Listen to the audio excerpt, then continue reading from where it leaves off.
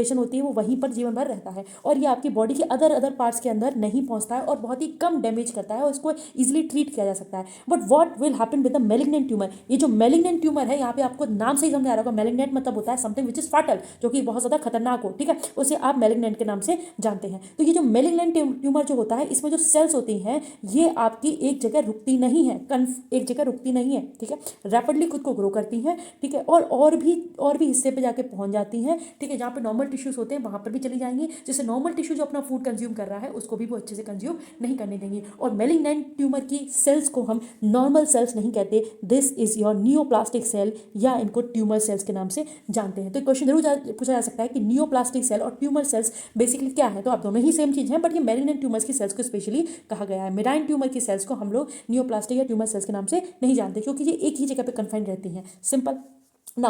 अब होता क्या है, जहाँ पर भी ये ट्यूमर जाके जाएगा तो वहाँ पर ऑब्वियसली सेल्स क्या कर रही है, डिवाइड कर रही हैं। अगर वहाँ पे सेल डिवाइड कर रही है तो डेफिनेटली उनको क्या चाहिए, न्यूट्रिशन चाहिए, ठीक है। तो अब क्या होगा, जो नॉर्मल सेल्स है, ठीक है, मान लीजिए आपकी नॉर्मल सेल्स है और ये आपकी यहाँ पे कैंसरस सेल्स है, ये देखिए ग्रो करती जा रही है। अगर ये ग्रो करती जाएंगी तो इनको फूड मटेरियल चाहिए क्योंकि इनको ऑब्वियसली मल्टीप्लाई करना है, तो ये क्या करेंगे, कॉम्पीट करेंगे, इनके साथ क्या करेंगे, कॉम्पिटिट करेंगे, जिसकी वजह से नॉर्मल सेल्स को तो खाना नहीं मिल पाएगा, ठीक है। और यहाँ पर जो न्यूट्रिशन है वो सारा किसको मिल जाएगा, आपके जाके एक कैंसेरियस सेल्स को, या मैं बोल सकती हूँ ट्यूमर सेल्स को, जिसकी वजह से आपकी नॉर्मल सेल्स उस पर्टिकुलर जगह पे अच्छे से ग्रो नहीं कर पाएंगे।